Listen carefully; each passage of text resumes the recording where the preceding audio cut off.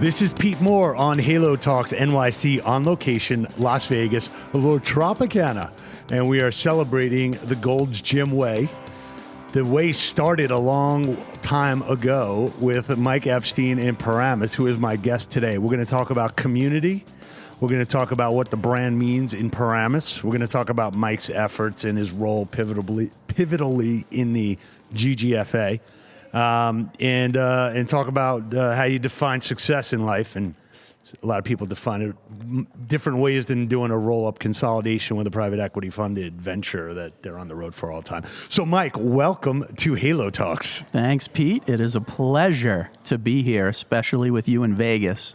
Yes, me in Vegas now is a lot different than me in Vegas circa 2001. So let's just say we've all made some progress in life. Just the fact that your eyes are open right now. Yeah, true. I think you've made a lot of progress. True. Yes, I did used to buy bottles of Grey Goose by accident at clubs in Vegas that had electronic dance music before it became EDM. I think I was on that in the hip hop border from a genre standpoint. Now you're a little more into the mellow hits. I'm into, I do. I'll go on and I'll say soft rock. There you go. Like I've never did that. Nothing before. better than a little soft rock. Yeah. So speaking of soft rock, you're from the New York area where a lot of that emanated from. Yep. And Mike and I have now known each other for 19 years. From when I first got involved in Golds was in August of 1999, and you preceded that by how many years, Michael? Let's see. I think my very first Gold's Gym convention actually was 1988. 88, all right. 88. Nice. And we opened our gym in Paramus 1992. So we're 26 years in. Like in summer camp, if you go for like 5 years, 10 years, like you get like a shirt, then you get a jacket. Did you get, like, this is your 30th Gold's Gym convention? I think I probably have 30 Gold's Gym t-shirts. Wow. That's about you it. Should probably get you can have your own like eBay store for that, I think. We could sell them. They're vintage. You can't buy them anymore. Wow. Yeah, it'd probably be hard to reproduce like a 30-year weathered tank top that you've had in Paramus. Exactly. So, Mike, talk about just go all the way back, to when you where you're growing up, how you were as a kid, why you got into the fitness industry. Obviously, you're a big sports guy. Yeah. And just tell people your story, because there's going to be a lot of people that listen to this podcast that are thinking about leaving their current job that they don't like and opening up something that's their passion. Yeah, absolutely. And now you can, there's a lot more competition, but there's also a lot more dollars being spent in our space. So yes, there is. I want to encourage people to get into the sector, do things in their community, and not think of everything as a Excel spreadsheet and here's where I'm going and I want to do this private equity venture, Sure. So start from the beginning. From the beginning. Take it from the top. I was born a young child in Brooklyn, New York. I hope so. So I've always been a New Yorker at heart.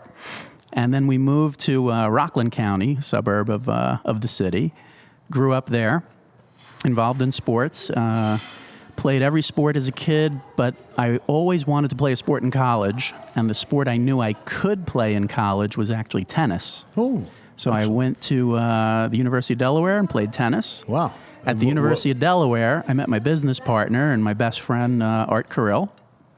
And I met him pledging our fraternity, Alpha Tau Omega. Wow. It was kind of interesting because we stayed friends, of course, after school. And I got a job working for what was Arthur Andersen at the time, if you remember. They're now Accenture. Something happened to them, right? Yeah. I think it was related to accounting.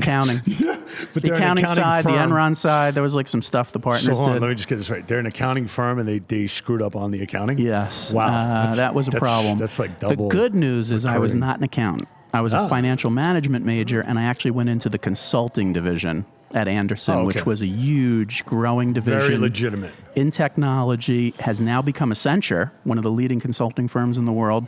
Yep. I worked with them for four years in New York City, loved it, but then I always wanted to do something a little bit more. I was working about 80 hours a week. And you needed something more to do? I needed something more. That was not enough hours. No. Yeah. I was working about 80 hours a week and thought I really would I didn't think it was my calling. I thought I wanted to do something with those 80 hours a little bit more community-based, a little bit more giving something back. That's how I grew up. That's how my parents taught me. That's how I was. So while I loved the corporate world and I loved the experience and I was thriving in it, it was a great opportunity and great time in my life.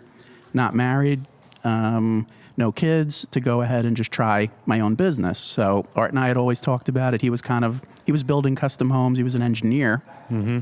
So we did what any business major and any engineer would do. We said, let's open a gym. Yep. Okay. You've got a lot of experience for it. So, I mean, obviously it's a natural inclination. Exactly. To build on what you know. What engineer and business major wouldn't want to open a gym? Sure. But building a gym, 30 years ago, it seemed like it was a little radical. Yeah, at the time. Back then. It wasn't. There weren't many gyms, many for sure. And what we did is we were both athletes, so we loved sports. Right. And we wanted to do something in a field that we loved. So my feeling was, if you love what you do and you follow your passion, it's more than half the battle. Yeah. Now, when you did that, though, and you told your mom that you were going to be a gym owner, did she go back to like her mahjong game and be like, my son's going to be a gym owner? Hey. She definitely would have rather heard, I want to be a doctor, or I want to be a lawyer, or both. Right. That would have really worked. That would have been good. But gym owner. They were very supportive. It wasn't a health club owner then either. It was like a gym owner. No, they were very supportive. And I saved up all my money from Arthur Anderson days. Nice. And our family helped us. And we looked into a whole bunch of businesses, actually. We looked into franchises. We looked into everything from opening up a pizza place to a video store. If you remember video stores back then, this was pre-Blockbuster. Wow. And we kept coming back to sports. And I had gone to Gold's Gym as a kid. And Which one was that? Where was that one? To Venice, to the Mecca. Oh, you went? Okay. Yeah, with my family I got you. on a trip. And all I wanted was a Gold's Gym t-shirt. And I ran in and got one. I was probably like, whatever I was, 12, 15 years old. Say that? Like when you go to Disney? They should. All I ever wanted. Or the one that says, I'm with stupid. I think that was like a Twitter thing or something. No, Instagram. Instagram. Yeah, I forgot my password on that one too. So Gold's Gym always kind of resonated with me. And there was something about the California mystique and bringing it to New Jersey, which is where I was still living in Rockland, but Art was from New Jersey. So we'd spend a lot of time kind of canvassing New Jersey because a little bit bigger population. Mm-hmm. Something about bringing the California mystique to New Jersey kind of just landed us with checking out Gold's Gym. Mm-hmm. Was there anything going on? Give me that date, the year. That was 88. So in 88, what was going on in the, what was like pop culture and, like you had a lot of, we're going to go back a little, but there was like a little Duran Duran. It was like kind of a lot of music videos were coming out of L.A. Yeah, MTV so maybe just started a few years before that. I think when I was in college, I think MTV started with that first music video. And a lot of those videos were done like on the beach or like in Hollywood or Venice. So I'm just trying to think back of like bringing Gold's Gym at the time to the Jersey, New York area. That was like pulling like Planet Hollywood. Yeah, it was a unique concept. There weren't a lot of Gold's Gyms back then, and there certainly weren't too many around the East Coast. But we thought it would be a great opportunity to bring a brand that had an amazing cachet from Arnold and Muscle Beach and all of that, and someplace we'd like to work out and put our little twist on it and bring it to Jersey. Gotcha. Okay. All right, so you pull the money together. You do one Gold's Gym in Paramus. You're kind of like in the middle of a pretty big, area that's a kind of an epicenter for shopping and a lot of foot traffic, a lot of malls, a lot of high density areas in and around here. So when you started that one gym, because that was back in '88, when people now come to us and say, I'm going to do one gym and I'm going to get to. One guy, we sat down with him, like, you have 10 clubs. What's your aspiration? What's your objectives? I want to have 1,000 clubs in 5 years. I'm like, okay, because what do you get when you get to 1,000? Do you get a lot of headaches? Do you get a prize? Do you get to have like a really awesome family life? Like, what do you get? So he couldn't really answer that question, and then he modified his projections on how many clubs he needed or wanted. But talk about like what your goal was when you started and how you decided to say, look, that's tempting, but I kind of like what I'm doing. And I'm instead of going outside, I'm like keeping all that energy and creativity and ideas inside of what we're currently doing. And you're there every day. So talk about that decision. Sure.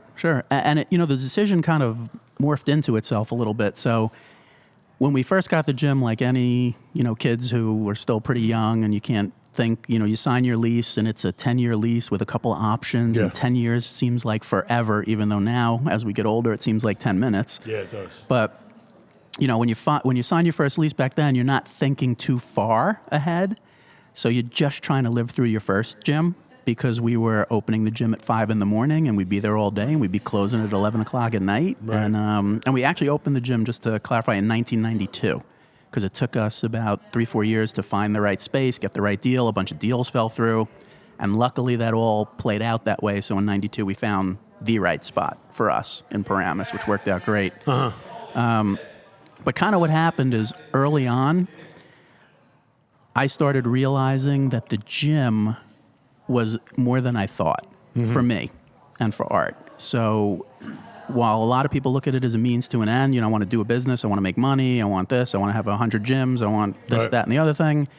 To me, we found out that the gym became the perfect vehicle to give back and make an actual difference in people's lives and in the community, because we're such family-based people. So I think you have to be true to who you are. And the best thing for us when we opened the gym, and it kind of bowled us over because we weren't expecting it, was how it actually impacted lives. It became such a focal point in the community. Right. We started doing some charity work. I started some work with the American Diabetes Association in New Jersey that later morphed into a whole national campaign for Gold's Gym. And I found these to be the most rewarding things of all. So number one, you have to support your family. So you got to be able to make money doing what you're doing. But number two, this thing took a life of its own and such a different meaning for us that it became more of a vehicle to give back and help people and make a difference and be that kind of gym, those kind of people. And then that kind of morphed into actually becoming our mission. To this day, 26 years later, we're still doing the same things we've been doing. Right. So let me ask you a question and answer this however you see fit. So you're going deep and impacting people's lives, and you're building a business that sustains not only you and Art's, family, but you got employees and you got personal trainers and everybody else. When someone's like, in this new age of what your highlight reel is, or what your, I don't know, what your growth curve looks like, whatever. How do you articulate to people that look, this is what success looks like. Like I know you're growing, and that's all great. And from a capitalist standpoint, you feel like you need to be part of that discussion. So give us some highlight reels on your side of like how you wake up every morning and say, like, you know what, I got this one club, it's awesome. We're crushing it in the community. People are getting results. Doing this deal with a hospital, which nobody else does. So talk about that for a minute. Well, success is defined very differently for people. So to me, number one, without a doubt, it's family. So interestingly enough, and this is probably a very common thing, I met my wife at my gym. Art met his wife at our gym. Is past the statute of limitations on this? Yeah, we don't talk about the way it went were they down too employees, much. or No, they members? weren't. It's okay. But it's all okay. good. It's all good. Okay. But the nice thing is, from that, and that's why, forever, the Gold's Gym experience will be quite the phenomenal one for us. Got it. Art has 2 wonderful children. I have 3 wonderful children. I watched the way my mom and dad raised me and my brother, and to me, without a doubt, life success is measured by your family. Yep. Whatever that may be. To people, it's up to them, but to us, it's having, thank God, healthy kids and family around, and be able to help them and provide for them and give them every opportunity we can. Every Right. generation wants to give their kids a better opportunity maybe than they had, or Sure. at least the same things. And we're very blessed and lucky that way to That's be able great. to do it, and be able to do it through a business that has meaning. So the success on the business side is really all the community service. When we're out there and we're able to motivate people and bring them to an event and raise money for a cause. Here at Gold's Gym, I gave a presentation about the work we've done for Hurricane Sandy relief with several of our other Gold's Gym owners. We do a diabetes golf outing every year with some of our other Gold's Gym friends. When you can do stuff like that, and people come up to you after and thank you and look you in the eye and say, my dad has diabetes, and what you're doing is very meaningful to me, and this is why I'm here, and this is why I love you guys, and this is why I'll always be your member and support all the stuff you do. That makes it worth it. So when people look at like a Planet Fitness model, they say, okay, it's a return on high volume, low cost. We go to like an Equinox that's like really high touch, and don't want as many members, don't need as many members, and you're kind of like trying to get more into their wallet. And I've been using this term since you and I met, probably like Gold's Gym. If you're in the middle and you want to serve the middle market and serve the most amount of people, the game that you're playing is like a return on relationships. It's not a return on assets, not a return on equity. It's really a return on relationships. So like talk a little bit about the people that have been with you, like this loyalty member base, and like there's a core member base that doesn't leave. Yep, and even with all the competition. What you're talking about is really important because I always say there's two types of relationships. There's transactional and relationship. Right. Relationship capital. Right. So that's I like that. Transactional relationship in the gym business, is some of those other kinds of clubs. That's how they operate, and right. I admire what they do. They do what they do, and if it's a great business for somebody and it's their passion or, that's their goal, that's wonderful. Yeah. For us, it's relationship driven, and it's all about relationship capital and community and all those types of things. So we're not a You have to make transactions, obviously, because you got to pay the bills and make some money and support your family. Let's come up with a descriptor for like the relationships, either like transactional relationships or they're real. Yeah. Maybe it's just real is the right term. Yeah, sure. So return on real relationships. Why don't we do that? RORR. That could be a new one. I'm gonna roar. I like it. The roar. New kind of roar. New kind of roar. Like the one like that's lasting. Like a Katy Perry kind of roar. Yeah, I mean, I haven't been to one of her concerts yet. Me neither. Yeah, okay, good. All right, let's move on to some other artists we know. Right. Maybe someone from Jersey, like Bon Jovi. Or Bruce Springsteen's more my thing. Springsteen. Yeah, the boss. Yeah. God, I don't know how long. He's probably going to be 80 and still selling out He's like MetLife. Unbelievable, it's crazy, and right? I've seen him like hundreds of times. It's a pleasure every time. I went to a Bob Dylan concert when he was kind of tailing off, and it wasn't the same voice of Dylan. No. But, so you got to... Maybe that gets you like... he was the original, though. Yeah, maybe it's just face value for those tickets. How's that? So, fast forward, we're at 2018. Gold's Gym's been now owned by two different investment groups, going to a third one. As an influential franchisee and someone who's been around for a while, how do you view the potential opportunity where Gold's is today and where it'll probably be once they get another group that really wants to drive it? Well, I'm excited to see where we go because having another group it will mean growth. Because especially if an equity firm buys it, which is I think what everybody's thinking is the direction we're going in. Obviously, we all know with equity firms, you have to get a return, whether it's a 5-year return, a 10-year return. Return on equity. The real return. Yeah, I guess the other kind of return on equity. That's the 5-year plan. And hopefully they know they're buying a relationship brand. We're a little bit unique. We're going to pitch it that way. Not that I'm pitching it, but... I hear you. We're a little bit unique. Return on real relationships. That's the Gold's right. Gym way. So I think it's good for us. I think growth is always good. I think if they appreciate our heritage, because one thing about growth is you cannot ever forget what got you there and where you came from. And I think in the years of different ownership, we might have lost our way at various times with in the past. This group, TRT, was very good. And they're a family-owned business themselves. So this will be going from a family-owned business to probably a PE type of business again. So hopefully they'll appreciate us as individuals, who we are, the franchise base, which has a lot of potential. A lot of potential. I'd love to see it reached. I'd love to see this brand get to the heights it deserves. Yeah, I think it's poised to do that. I think the market is kind of veering more towards a high-intensity training, strength training, bodybuilding, a little more, building mass and strength. And if you're getting older and you fall and you went to the gym, you're more likely to be okay and just dust it off and start walking again or running, whatever you're doing.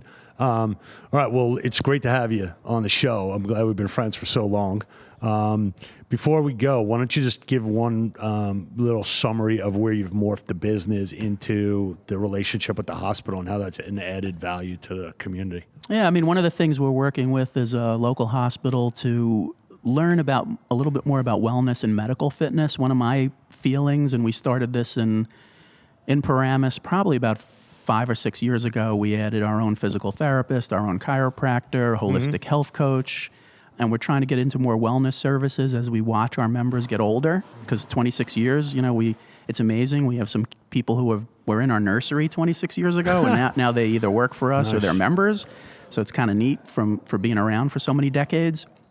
But as the population ages, my feeling with fitness is that we need to start getting these insurance companies to get off Definitely. their Pay for butts it. and Just pay. start Yeah, well- encouraging and incentivizing and helping what's a known fact, which is if you take care of yourself, you will be less of a burden on the healthcare system, and the amount of money that could be saved. Everybody knows it, and the data's there, but really there's not a lot being done about it. We're barely scratching the surface as an industry. Every time I see a commercial of like some, something you take for like cholesterol or you take for, I don't know, even like the anxiety or depression, and then they list for the last like 60-second ad, like the last What can 40 happen to you? seconds is like, you're probably going to experience suicidal tendencies. You're probably, going to be sweating profusely. You might start to smell. Anyway, and then at the end, I'm just like, send the guy to the gym for 6 weeks. Yes. And let's see what happens. Yes, that would be a nice disclaimer. do But if you like- go to the gym for 6 weeks, you might not have to take this and you might not smell. And you have positive side effects.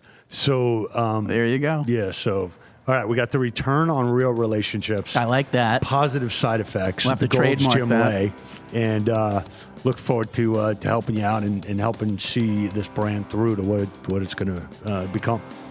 It's awesome. Thank you, Pete. All right, bro.